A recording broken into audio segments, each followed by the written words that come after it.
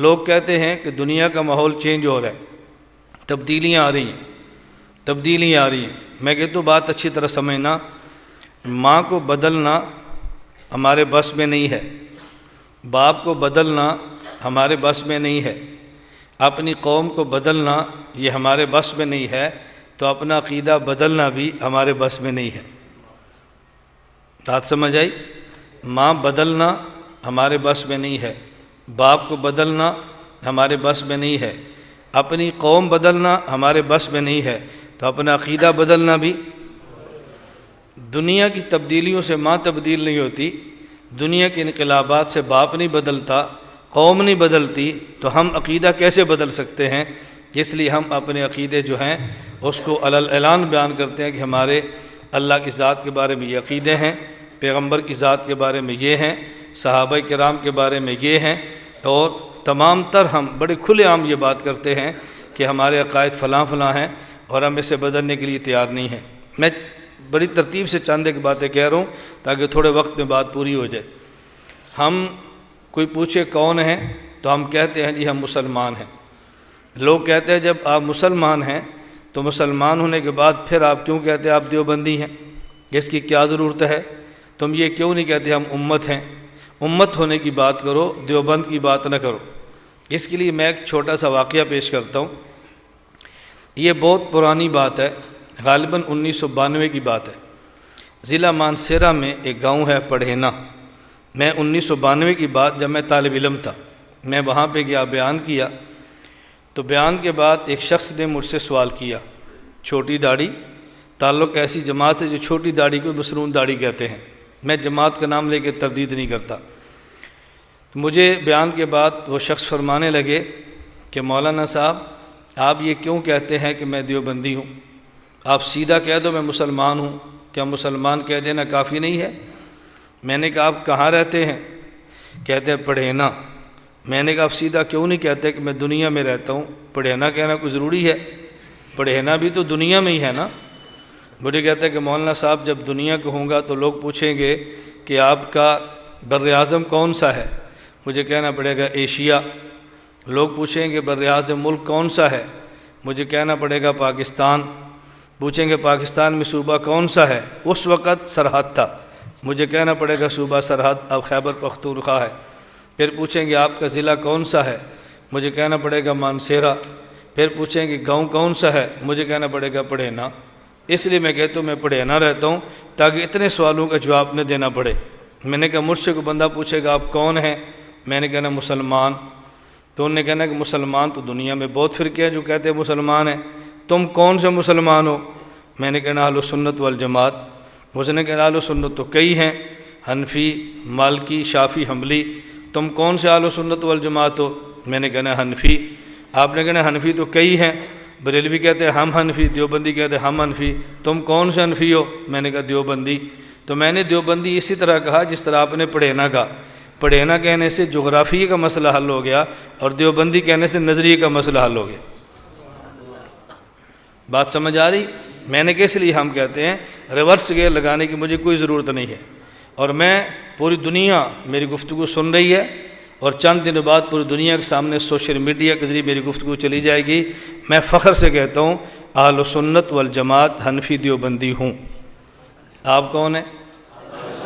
بولیں آپ کون ہیں؟ جو آپ میں سے یہ بات کہتا ہے کہ مجھے اہل سنت والجماعت حنفی دیوبندی ہونے پر فخر ہے، اپنا ہاتھ کھڑا کرے۔ جو کہتے ہیں مجھے فخر ہے اپنا ہاتھ کھڑا کرے۔ الحمدللہ۔ بات سمجھ آ رہی؟ ہم ریورس گیئر نہیں لگاتے۔ مجھے لوگ بہت سارے کلپ سناتے ہیں۔ ایک مولانا صاحب کو مجھے کلپ سنا، وہ کہتے ہیں امت بن کے رہو، دیوبند بن کے نہ رہو۔ میں نے کہا مجھے اعتراض نہیں ہے، انہیں کو اپنی مسجد کا نام مدرسۃ الامت رکھیں، مدرسے کا نام مدرسۃ الامت رکھیں۔ بھئی یہ امت کا مدرسہ ہے، مدرسے کا نام آپ نے رکھ لیا ہے، یہ کیوں آپ نے تشخص قائم کیا؟ میں نے کہا جب آپ کا جلسہ یا اجتماع ہو اس میں 2 شیعہ بنائیں، 2 اہل حدیث بنائیں، 2 بریلوی بنائیں، 2 اور بنائیں۔ لوگ پوچھے کیوں؟ کہنا یہ امت کا جلسہ ہے، دیوبندیوں کا نہیں ہے۔ اجتماع ہے تو صرف دیوبند، جلسہ ہے صرف دیوبند، چندہ ہے صرف دیوبند، مدرسہ ہے صرف دیوبند۔ میں نے انہیں کہا کہ اپنے مدرسے میں کچھ بریلوی، کوئی دیوبندی، کچھ اہل حدیث، کچھ شیعہ، سب کو داخل کر لیں۔ لوگ پوچھے کیوں؟ آپ کہنا یہ دیوبند کا مدرسہ نہیں، یہ امت کا مدرسہ ہے۔ سمجھ آ گئی ہے؟ میں یہ کیا داخلہ صرف دیوبند کو؟ میں آپ کی خدمت میں عرض کرتا ہوں، ہمارے پاکستان میں وفاق کتنے ہیں؟ کتنے ہیں؟ دیوبند کا وفاق المدارس العربیہ، جماعت اسلامی کا اپنا وفاق، شیعہ کا اپنا وفاق، بریلویوں کا اپنا وفاق، اہل حدیثوں کا۔ مجھے بتاؤ یہ 5 وفاق میں نے بنائے ہیں؟ بولو تو مجھ پہ الزام کیوں ہے؟ جب یہ الگ شناخت جرم ہے تو آپ 5 وفاق ختم کر دو اور ایک نام دے دو وفاق المسلمین، وفاق الامت۔ میں سمجھو بھی امت کی بات ہو رہی ہے۔ میرا مدرسہ مرکز اہل سنت والجماعت، ان علماء کے علم میں ہے اپنا اپنا مدرسہ۔ میں اپنے مدرسے کی بات کرتا ہوں۔ میرے مدرسے میں فارم آیا، یہ فارم ہم نے پر کیا ہے چونکہ میں وفاق المدارس کے ساتھ ہوں، اور اس میں لکھا ہے الحاق اگر آپ وفاق المدارس سے چاہتے ہیں تو پہلی شرط یہ ہے کہ آپ کے مدرسے کا دیوبندی ہونا شرط ہے۔ پہلی شرط آپ کے مدرسے کا دیوبندی ہونا۔ میں اگر اپنے الحاق فارم میں دیوبندی نہ لکھوں تو مجھے میرے اکابر ماننے کے لیے تیار ہی نہیں ہے، میرا مدرسے کا الحاق ہی نہیں ہوتا۔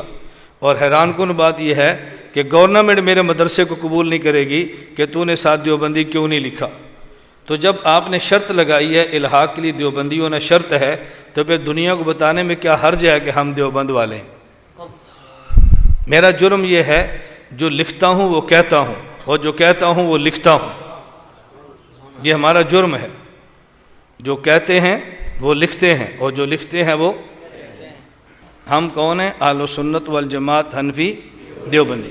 ہمیں اس پہ فخر ہے، ہمیں اس کو عیب نہیں سمجھتے، اور اس کی وجہ سمجھنا، اس کی وجہ یہ ہے کہ دیوبند والوں نے ہمیں 2 چیزیں دی ہیں۔ دنیا میں 2 چیزیں انسان کو چاہیے، توجہ رکھیں، دنیا میں 2 چیزیں انسان کو چاہیے۔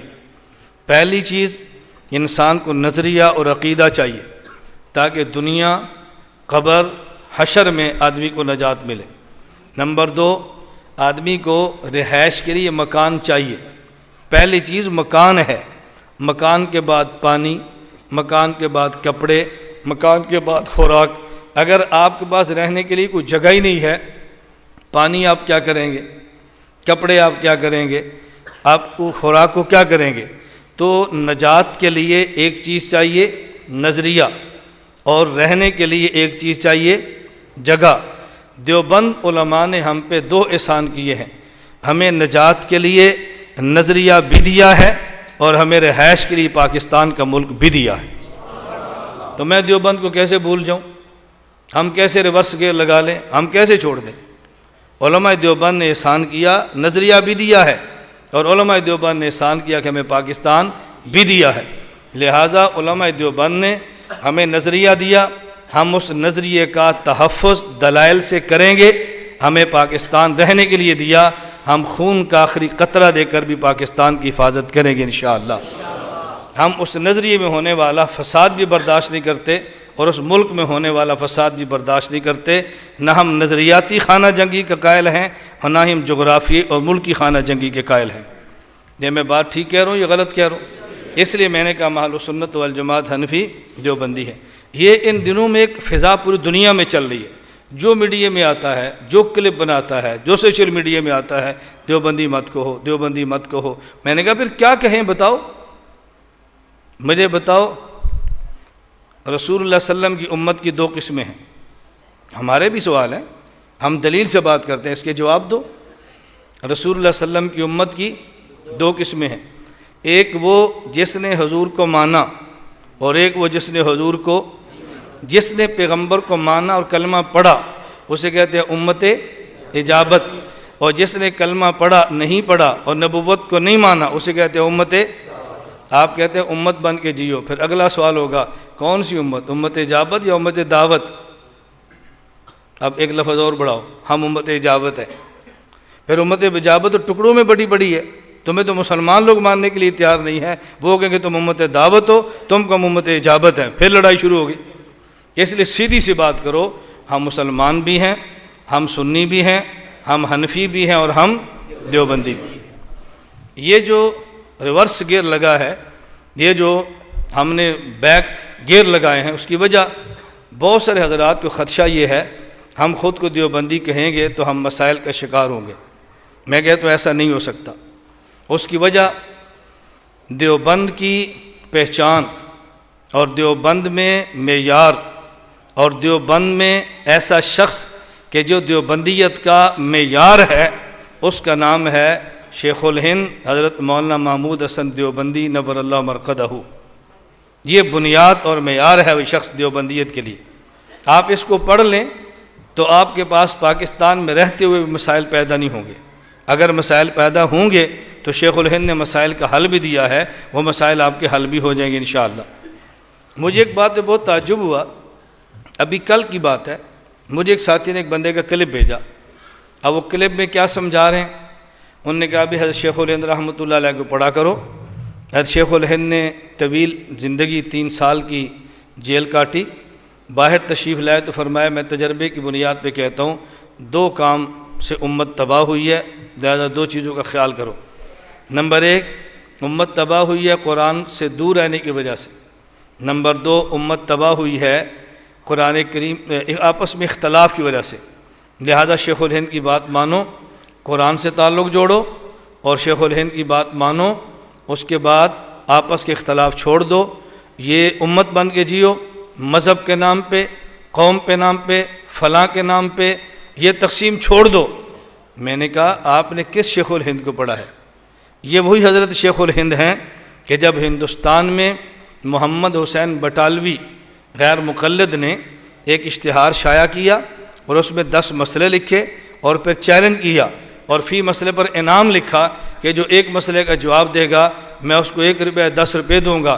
تو میں نے کہ اس 10 سوال والے اشتہار کا جواب جس بزرگ نے دیا اس کا نام کیا تھا؟ کیا نام تھا؟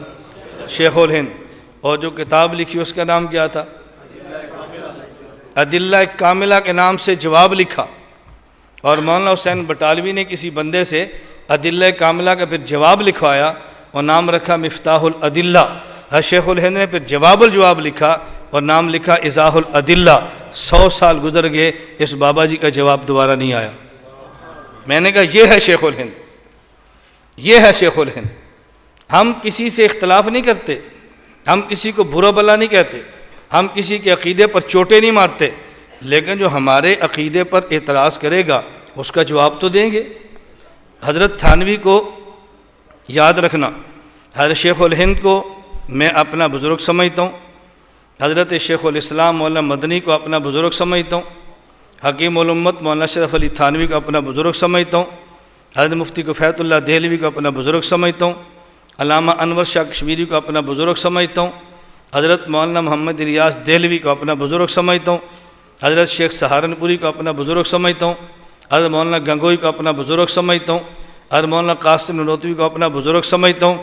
میں ان سب کو اپنا اگر بزرگ سمجھتا ہوں تو ان بزرگوں کی کتاب کی کسی عبارت پر اگر کوئی اعتراض کرے گا تو پھر مجھے جواب دینا چاہیے اگر میں بزرگ سمجھتا ہوں۔ میں یہ نہیں کہتا میں کسی پہ اعتراض کروں، لیکن اگر کوئی اعتراض کرے تو پھر مجھے جواب دینا چاہیے کہ نہیں؟ لوگ کہتے ہیں بھی تمہارے بزرگ ہیں، تم جواب دو، تم جواب دو۔ اب جواب دینے کا معنی فرقہ واریت ہے، جواب دینے کا معنی امت کو توڑنا ہے، جواب دینے کا معنی یہ تو نہیں ہے کہ ہم نے ملک میں فساد مچایا ہے، ایسی بات ہرگز نہیں ہے۔ ہم اپنے اکابر کا دلائل کے ساتھ تحفظ کریں گے انشاءاللہ۔ جس کو میں ان 2 لفظوں میں بات سمیٹ کر یہ بات کہتا ہوں، ہم کسی مسلک کے اکابر کی پگڑیاں نہیں اچھالتے، لیکن اپنے مسلک کے اکابر کی پگڑیوں کا دفاع کرنا بھی جانتے ہیں۔ ہم کسی مسلک کے اکابر کی پگڑیاں اچھالتے نہیں ہیں، لیکن اپنے مسلک کے اکابر کی پگڑیوں کا دفاع کرنا جانتے ہیں۔ کسی مسلک کے اکابر کی پگڑیاں اچھالنا یہ غلط ہے، لیکن اپنے اکابر کی پگڑیوں کا دفاع کرنا یہ غلط نہیں ہے، یہ صحیح ترین ہے۔ اس لیے ہم اس کا اہتمام کرتے ہیں اور ہم 1 انچ برابر بھی اس سے پیچھے آنے کے لیے تیار نہیں ہیں۔